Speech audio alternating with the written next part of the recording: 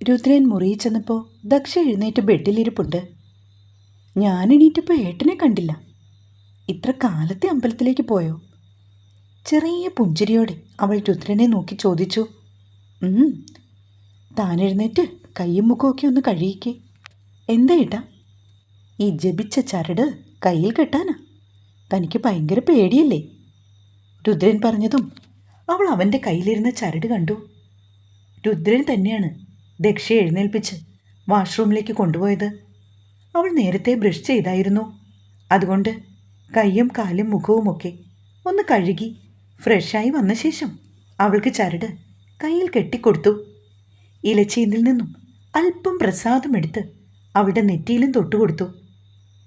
ഇനി പേടിയാണെന്ന് പറഞ്ഞിരുന്നാലുണ്ടല്ലോ, നീ വിവരം അറിയും കേട്ടോ. അവൻ ദക്ഷയെ നോക്കി കണ്ണുരുട്ടിയതും വലം കൈ എത്തിപ്പിടിച്ച് അവൾ അവൻ്റെ കവളിൽ ഒന്ന് പിച്ചി. ഡീ!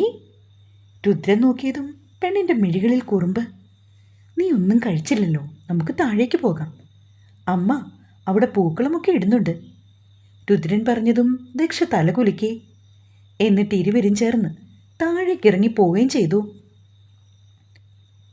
ഉമ്മർത്ത് വന്നപ്പോൾ പൂക്കളമൊക്കെ റെഡിയായിട്ടുണ്ട്.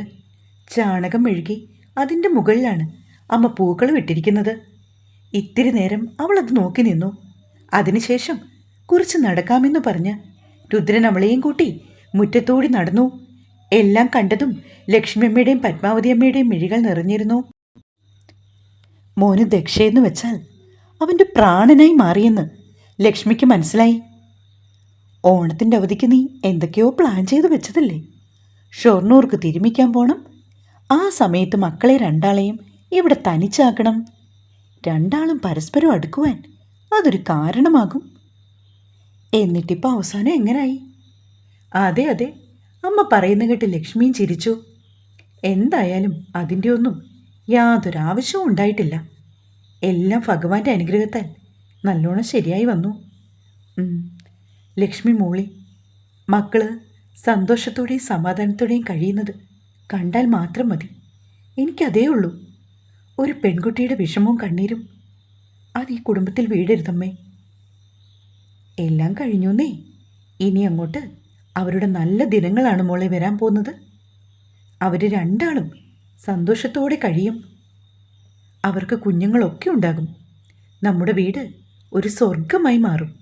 ഇല്ലെങ്കിൽ നീ കണ്ടോ? അമ്മയും മകളും സംസാരിച്ചു കൊണ്ട് നിന്നപ്പോൾ രുദ്രൻ ദക്ഷയും കൂട്ടി അകത്തേക്ക് കയറി വന്നു. മക്കളെ, രണ്ടാളും ഇരിക്ക്, നമുക്ക് ബ്രേക്ക്ഫാസ്റ്റ് കഴിക്കാം. ഇഡലിയും സാമ്പാറും ചട്നിയുമൊക്കെ ലക്ഷ്മി എടുത്ത് ടേബിളിൽ വെച്ചു. 4 പേരും കൂടി ഇരുന്ന് വളരെ സന്തോഷത്തോടെയാണ് അന്ന് ഭക്ഷണമൊക്കെ കഴിച്ചത്. ദക്ഷയോടുള്ള രുദ്രൻ്റെ സ്നേഹവും കരുതലുമൊക്കെ കാണുന്തോറും ലക്ഷ്മിക്ക് തൻ്റെ ഹൃദയം നിറഞ്ഞു. കുറച്ചു സമയം താഴെ ഇരുന്ന ശേഷം ദക്ഷ വീണ്ടും അവരുടെ മുറിയിലേക്ക് പോയി. ഇത്തിരി നേരം ഇരിക്കുമ്പോഴേക്കും അവൾ കടിവയറ്റിലൊക്കെ വല്ലാത്ത വേദന പോലെ വന്നു. അതുകൊണ്ടാണ് അവൾ എഴുന്നേറ്റ് പോയതും. അന്ന് രുദ്രൻ അത്യാവശ്യമായിട്ട് ഓഫീസിലേക്കൊന്ന് പോകേണ്ട കാര്യം വന്നു. ഉച്ചയോടുകൂടി റെഡിയായി രുദ്രൻ ഓഫീസിലേക്കും പോയി. ബിസിനസ് രംഗത്ത് രുദ്രൻ 1-2 എതിരാളികളൊക്കെ ഉണ്ട്. ശരിക്കും ഒരു ടൈറ്റ് കോമ്പറ്റീഷനാണ് ഇപ്പോൾ അവർക്കിടയിലുള്ളത്. മിക്കവാറും രുദ്രൻ തന്നെയാണ് വിജയിക്കുന്നത്. അതുകൊണ്ട് അവനെ എങ്ങനെയെങ്കിലും തകർക്കാൻ പലരും ആസൂത്രണം ചെയ്യുന്നുണ്ട്. രുദ്രൻ്റെ ആക്സിഡൻറ്റ് പോലും ചിലരുടെ മുൻകൂട്ടിയുള്ള പ്ലാൻ ആയിരുന്നുവെന്ന് അവനറിയാം. രാജേട്ടനെയും കൂട്ടി രുദ്രൻ ഓഫീസിലെത്തിയപ്പോൾ മഹാരാഷ്ട്രയിൽ നിന്നുമുള്ള ഒരു റെഡ്ഡി അവനെ കാണാനായി വന്നിട്ടുണ്ട്. 100 കോടി രൂപയുടെ കോൺട്രാക്റ്റാണ് സൈൻ ചെയ്യേണ്ടത്. ബിസിനസ്സിൻ്റെ ഡീറ്റെയിൽസൊക്കെ റെഡ്ഡി അവനോട് വിശദീകരിച്ചു. എല്ലാം കേട്ട് കഴിഞ്ഞപ്പോൾ രുദ്രൻ ആലോചിച്ചു പറയാമെന്ന് അയാൾക്ക് മറുപടിയും കൊടുത്തു. റെഡ്ഡിയുടെ ഓണറെ മീറ്റ് ചെയ്യുവാനായി മുംബൈക്ക് വരണമെന്ന് പറഞ്ഞിട്ടാണ് അയാൾ മടങ്ങിപ്പോയത്. അങ്ങനെ അന്നത്തെ ദിവസം രുദ്രൻ ആകെക്കൂടി വലിയ സന്തോഷത്തിലായിരുന്നു. കോൺട്രാക്റ്റ് ഏകദേശം സെറ്റായതുകൊണ്ട് അവൻ തൻ്റെ ടീം അംഗങ്ങളെയൊക്കെ വിളിച്ച് ചെറിയൊരു പാർട്ടിയൊക്കെ അറേഞ്ച് ചെയ്തു. ഇടയ്ക്കൊക്കെ ദക്ഷ രുദ്രൻ്റെ ഫോണിലേക്ക് വിളിക്കുന്നുണ്ട്. ബിസിയാണെന്നും എത്താൻ ഇത്തിരി വൈകുമെന്നും അവൻ അവളോട് പറഞ്ഞു. രുദ്രേട്ടാ, ഒരുപാട് താമസിയാതെ വരണം കേട്ടോ, എനിക്ക് പേടിയാ. ഞാൻ അമ്മയെ തൻ്റെ റൂമിലേക്ക് അയക്കണോ? വേണ്ട വേണ്ട, ഏട്ടൻ ഇങ്ങോട്ട് വന്നാൽ മതി. ആ, 12 മണിക്ക് മുന്നേ ഞാൻ എത്തും. അവൻ ഫോൺ കട്ട് ചെയ്തു. അങ്ങനെ പാർട്ടിയൊക്കെ കഴിഞ്ഞ ശേഷം ഏകദേശം 12 മണി കഴിഞ്ഞിരുന്നു. രാജേട്ടനും രുദ്രനും കൂടി ഇറങ്ങിയപ്പോൾ, മോനെ, നമ്മുടെ വണ്ടിയെ ഒരു ബ്ലാക്ക് കളർ ഇന്നോവ ഫോളോ ചെയ്യുന്നുണ്ട് കേട്ടോ. രാജേട്ടൻ പറഞ്ഞതും രുദ്രൻ ഒന്ന് തിരിഞ്ഞു നോക്കി. ഒന്ന് സ്ലോ ചെയ്യ്, അവർ കയറി പോകുന്നുണ്ടോ എന്ന് നോക്കാം, രുദ്രനും പറഞ്ഞു.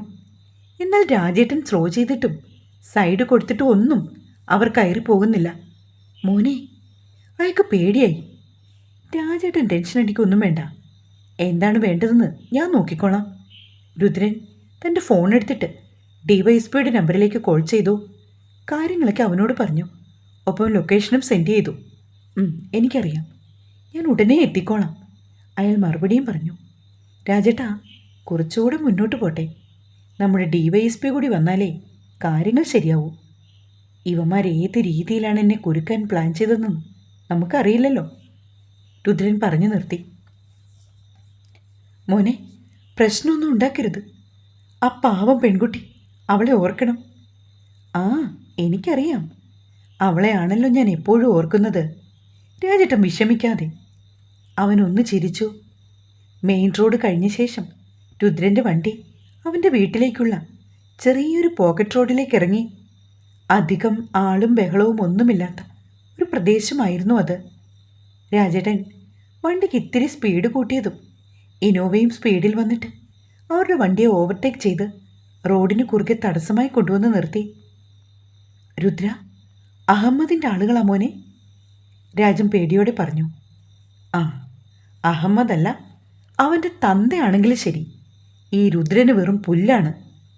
പലപ്പോഴും ഞാൻ പറഞ്ഞിട്ടുള്ളതാണ് എന്നോട് ചൊറിയാൻ വരരുതെന്ന്. എത്ര പറഞ്ഞാലും ഈ പിള്ളേർ കേൾക്കില്ലല്ലോ രാജേട്ടാ. രുദ്രൻ തൻ്റെ കാറിൽ നിന്നും ഇറങ്ങി. കൈകളൊന്ന് വലിച്ചു കുടിഞ്ഞുകൊണ്ട് അവൻ റോഡിലേക്ക് നടന്നു.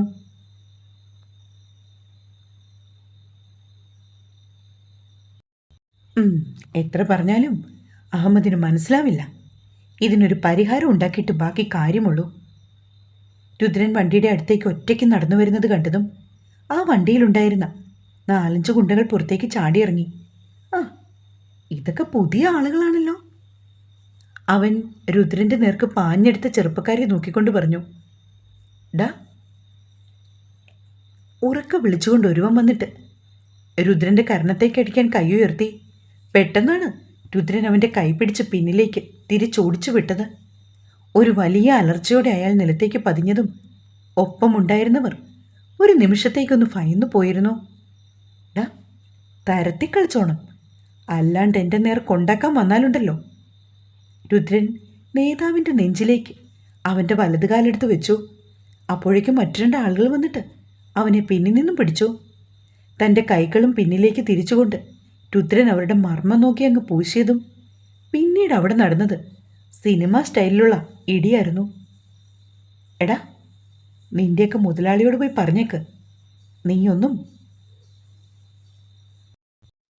ഈ രുദ്രനാരായണൻ്റെ ഒപ്പം ആയിട്ടില്ലെന്ന്. കഷ്ടപ്പെട്ട് ബുദ്ധിമുട്ടി ഞാൻ ഓരോ ടെൻഡർ പിടിക്കുമ്പോൾ അതിൻ്റെ ഇടയിൽ ഉണ്ടാക്കാൻ വന്നാൽ ഏതവൻ്റെ അവസ്ഥ ഇങ്ങനെയൊക്കെ തന്നെ ആയിരിക്കും കേട്ടോടാ, രുദ്രൻ അലറിക്കൊണ്ട് പറഞ്ഞു. ആരുടെ സഹായമില്ലാതെ ഒറ്റയ്ക്ക് വഴിവെട്ടി കയറി വന്നവനാണ് ഈ രുദ്രനാരായണൻ. ഒരുപാട് പരാജയങ്ങൾ ഏറ്റുവാങ്ങിയ ശേഷമാണ് ഇന്നിവിടെ ഇങ്ങനെ തല ഉയർത്തി നിൽക്കുന്നത്. അതിന് നല്ലോണം കഷ്ടപ്പെടുക തന്നെ വേണം, അല്ലാണ്ട് ഓസിൽ ഉണ്ടാക്കാൻ വരരുത് കേട്ടോടാ. രുദ്രനാരായണൻ ഒറ്റയ്ക്ക് എല്ലാവരെയും നിലംപരിശാക്കിയപ്പോഴാണ് DYSPയുടെ വണ്ടി വന്നത്. രുദ്ര, എടാ, ശരത് മോഹൻ ഓടി വന്നപ്പോൾ രുദ്രൻ തൻ്റെ കൈപ്പത്തിയിൽ പറ്റിയ ബ്ലഡ് മിനറൽ വാട്ടർ എടുത്ത് കഴുകി മാറ്റുകയാണ്. ഡാ, എന്താണിത്? ശരത് മോഹൻ ചോദിച്ചു. എടുത്തുകൊണ്ട് പോകാൻ നോക്ക്. നഗരത്തിലെ പ്രധാന കൊട്ടേഷൻ സംഘത്തെ ആക്രമിച്ച് കീഴടക്കിയ സാറിന് വലിയൊരു നമസ്കാരം. ഉറക്കെ ചിരിച്ചുകൊണ്ട് രുദ്രൻ അവൻ്റെ തോളിൽ തട്ടി. Credit goes to DYSP Sarath Mohan sir. ആരുടെ ആളുകളാണെന്നൊക്കെ കൃത്യമായി ചോദിച്ചു മനസ്സിലാക്കിയിട്ട് ബാക്കി കാര്യങ്ങൾ നീ മുന്നോട്ട് കൊണ്ടുപോയി, രുദ്രൻ പറഞ്ഞതും ശരത് തലകുലുക്കി. അവൻ വന്ന് കാറിൽ കയറിയപ്പോൾ രാജേട്ടൻ രുദ്രൻ്റെ ഫോൺ എടുത്തു. മോനെ, 6-7 പ്രാവശ്യം ദക്ഷമോള് വിളിച്ചിട്ടുണ്ട്. ഒന്ന് മൂളിയ ശേഷം അവൻ ആ നമ്പറിലേക്ക് തിരിച്ചു വിളിച്ചു. ഹലോ ദച്ചു, ഏട്ടനിത് എവിടെയാ? എത്ര നേരമായി ഞാൻ വിളിക്കുന്നു. ഫോൺ എടുക്കാതെ വന്നപ്പോൾ ഞാൻ എന്തോരം ഭയന്നു. എൻ്റെ ശ്വാസം പോലെ നിലച്ചു പോയിട്ടോ. പരിഭവത്തോടെ പറയുകയാണ് തൻ്റെ പെണ്ണ്. എടീ, വന്ന വഴിക്കൊരു ആക്സിഡൻറ്റ്. പിന്നെ അവരെ എടുത്ത് ഹോസ്പിറ്റലിൽ എത്തിച്ചിട്ട് ഞാനും രാജേട്ടനും കൂടി വരുവാണ്. ഒരു 10 മിനിറ്റ്, അപ്പോഴേക്കും എത്തും. അയ്യോ എൻ്റെ മഹാദേവ, എവിടെ വെച്ചാണ് ആക്സിഡൻ്റ് ഉണ്ടായത്? എന്നിട്ട് അവർക്കെന്തെങ്കിലും പറ്റിയോ? ദക്ഷ ഉച്ചത്തിൽ ചോദിച്ചു. ചിലരുടെ നില ഗുരുതരാവസ്ഥയിലാണ്, എന്നാലും എല്ലാവരും രക്ഷപ്പെടും തോന്നുന്നു. തക്ക സമയത്ത് തന്നെ പോലീസും എത്തിയിരുന്നു. ശോ, കൊച്ചു കുട്ടികളോ സ്ത്രീകളോ ഒക്കെ വണ്ടിയിലുണ്ടായിരുന്നു ഏട്ടാ? ഇല്ലടി, ചെറുപ്പക്കാര് പിള്ളേരാണ്. നീ വെച്ചോ, ഞാൻ ഉടനെ എത്തും. അവൻ ഫോൺ കട്ട് ചെയ്ത് രാജേട്ടനെ നോക്കി ചെറുതായി ഒന്ന് പുഞ്ചിരിച്ചു. എൻ്റെ വേഷമൊക്കെ കാണുമ്പോൾ പെണ്ണിന് സംശയം കൂടും. അതിനേക്കാൾ മുന്നേ ജാമ്യം എടുത്തില്ലെങ്കിൽ പിന്നെ കുഴപ്പമാകും. അവൻ പറഞ്ഞതും രാജേട്ടനും അത് ശരിവെച്ചു. മോള് കാണുമ്പോൾ എങ്ങനെയാണെന്ന് ഞാനും ഓർക്കുമായിരുന്നു. ഇങ്ങനെ പറഞ്ഞതുകൊണ്ട് കുഴപ്പമില്ല മോനെ. അവനൊന്ന് തലകുലുക്കി. പുറത്തേക്ക് നോക്കിയിരിക്കുകയാണെങ്കിലും രുദ്രൻ്റെ മനസ്സിൽ പല പല കാര്യങ്ങളാണ്. അഹമ്മദ് കുറേ നാളുകളായി രുദ്രനോട് കോർക്കാൻ വരുന്നു. അതും നേരിട്ടല്ല, ഇതുപോലെ ഏതെങ്കിലും ചാവാലികളെ അയക്കും. അവരാണെങ്കിൽ ആവശ്യത്തിന് മേടിച്ചുകൊണ്ട് പോവുകയും ചെയ്യും. പിന്നെ 6-7 മാസത്തേക്ക് വലിയ പ്രശ്നമില്ല. വീണ്ടും ശങ്കരൻ തെങ്ങി തന്നെ. എന്നാലും ഇനിയൊന്ന് കരുതിയിരിക്കണമെന്ന് രുദ്രൻ ഓർത്തു. സൂക്ഷിക്കണം കേട്ടോ മോനെ. വീട്ടിലേക്ക് വണ്ടി കയറിയതും രാജേട്ടൻ അവനെ ഓർമ്മിപ്പിച്ചു. അവൻ തലകുലുക്കി. രാജേട്ടൻ ഇന്നിനി തിരിച്ചു പോകണ്ട, ഇവിടെ ഔട്ട് ഹൗസിൽ തങ്ങിക്കോ. വണ്ടിയുടെ ശബ്ദം കേട്ടതും ദക്ഷ വന്ന് വാതിൽ തുറന്നു. ഞാൻ പേടിച്ചു പോയി. എന്തൊരു കഷ്ടാണ്. ഇനി ഇത്രയും ലേറ്റ് ആവാൻ നിൽക്കല്ലേ. അവൻ സിറ്റൗട്ടിലേക്ക് കയറിയതും ദക്ഷ പറഞ്ഞു. ആക്സിഡൻ്റ് ഉണ്ടായി 4-5 ചെറുപ്പക്കാർ റോഡിൽ വീണ് കിടക്കുമ്പോൾ അത് കണ്ടില്ലെന്ന് നടിച്ചു വരാൻ പറ്റുമോ? ഒന്നാമത് ഈ ഒരു സമയം. പിന്നെ ഞാനും രാജേട്ടനും കൂടി ഹോസ്പിറ്റലിലേക്ക് എത്തും വഴി പോലീസും വന്നു. അതുകൊണ്ട് വേറെ തൊന്തരവൊന്നും ഉണ്ടായില്ല. ശോ, എങ്ങനെയാണ് ഏട്ടാ ആക്സിഡൻ്റ് ഉണ്ടായത്? മറ്റേതെങ്കിലും വണ്ടിയുമായി തട്ടിയതാണോ? അകത്തേക്ക് കയറിയതും രുദ്രൻ ഡോർ അടിച്ച് ലോക്ക് ചെയ്തു. അല്ലടി, അവർ ഓവർ സ്പീഡിലായിരുന്നെന്ന് തോന്നുന്നു. ഒരു പോസ്റ്റിനിട്ട് വന്ന് ഇടിച്ചു മറിഞ്ഞതാ. ശോ, ഏട്ടൻ്റെ ദേഹത്തും അവിടെ ഇവിടെയായി ബ്ലഡ് പറ്റിയിട്ടുണ്ട്. ഞാനെന്തു പോയി കുളിച്ച് ഫ്രഷ് ആവട്ടെ. എല്ലാവരും കിടന്നോ? നേരെ 1 മണി കഴിഞ്ഞില്ലേ ഏട്ടാ? എല്ലാവരും കിടന്നു. രണ്ടാളും സ്റ്റെപ്പ് കയറി മുകളിലേക്ക് പോയി. കുളിച്ചിട്ട് വരാമെന്ന് പറഞ്ഞ് രുദ്രൻ വാഷ്റൂമിലേക്കും. ദക്ഷയ്ക്ക് സംശയമൊന്നും തോന്നാത്തതുകൊണ്ട് അവൻ ആശ്വാസമായിരുന്നു. കുറേയേറെ നേരം തണുത്ത വെള്ളം ദേഹത്തേക്ക് ഒഴിച്ചുകൊണ്ട് രുദ്രൻ ഷവറിൻ്റെ കീഴിൽ നിന്നു. നന്നായി ഒന്ന് കുളിച്ചിറങ്ങി വന്നപ്പോഴാണ് അവന് സമാധാനമായത്. ഏട്ടന് എന്തെങ്കിലും കഴിക്കാൻ വേണോ? ഇന്നിനി ഒന്നും വേണ്ടടി, നമുക്ക് കിടക്കാം. നീ മെഡിസിനൊക്കെ കഴിച്ചതാണോ? രുദ്രൻ ദക്ഷയെ ചേർത്ത് പിടിച്ചുകൊണ്ട് ചോദിച്ചു. കഴിച്ചു. അമ്മ ചപ്പാത്തിയും എഗ് റോസ്റ്റും എനിക്ക് കൊണ്ടുവന്ന് തന്നു. വീട്ടിൽ നിന്ന് വിളിച്ചോ? അമ്മ ഇടയ്ക്കൊക്കെ വിളിച്ചു. അമ്മയോട് ഇവിടേക്ക് വരാൻ നീ പറഞ്ഞില്ലേ? പറഞ്ഞു, പക്ഷെ അമ്മയ്ക്ക് എന്തോ ഒരു മടി പോലെ. നാളെ ഞാൻ വിളിച്ച് സംസാരിക്കാട്ടോ. രുദ്രൻ പറഞ്ഞതും ദക്ഷ അവൻ്റെ മുഖത്തേക്ക് നോക്കി. എന്തടി ഉണ്ടക്കണ്ണി? അവൾ ഒന്നുമില്ലെന്ന് ചുമലും ചലിപ്പിച്ചു. ഉറങ്ങണ്ടേ, നേരെ ഒരുപാടായി. ലൈറ്റ് ഓഫ് ചെയ്തിട്ട് രുദ്രൻ ദക്ഷയുടെ അരികിലായി കയറി കിടന്നു. ചെറുതായി ഒരുന്ന് ചെരിഞ്ഞു വന്നിട്ട് അവൾ രുദ്രൻ്റെ വയറിൽ ചുറ്റിപ്പിടിച്ചു. നിനക്ക് വേദനയുണ്ടോ പെണ്ണെ? ഇപ്പോൾ കുഴപ്പമൊന്നുമില്ല രുദ്രേട്ടാ. അവൻ്റെ നെഞ്ചിലേക്ക് കവിൾത്തടം ചേർത്ത് വെച്ചുകൊണ്ട് അവൾ പറഞ്ഞു. പെണ്ണിന് പേടിയൊക്കെ പോയെന്ന് തോന്നുന്നു. രുദ്രൻ ആരോടെന്നല്ലാതെ പറയുകയാണ്. എൻ്റെ അല്ലേ, പിന്നെന്തിനാ പേടി? കുറുമ്പോടെ അവൾ പറഞ്ഞു. ഓഹോ, അത് ശരി. അപ്പോൾ അങ്ങനെയാണല്ലേ കാര്യങ്ങൾ? പിന്നല്ലാതെ.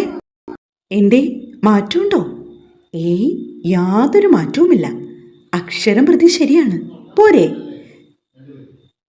അവൾ ഇത്തിരി കൂടി രുദ്രനോട് ഒട്ടിച്ചേർന്നു. തുടരും.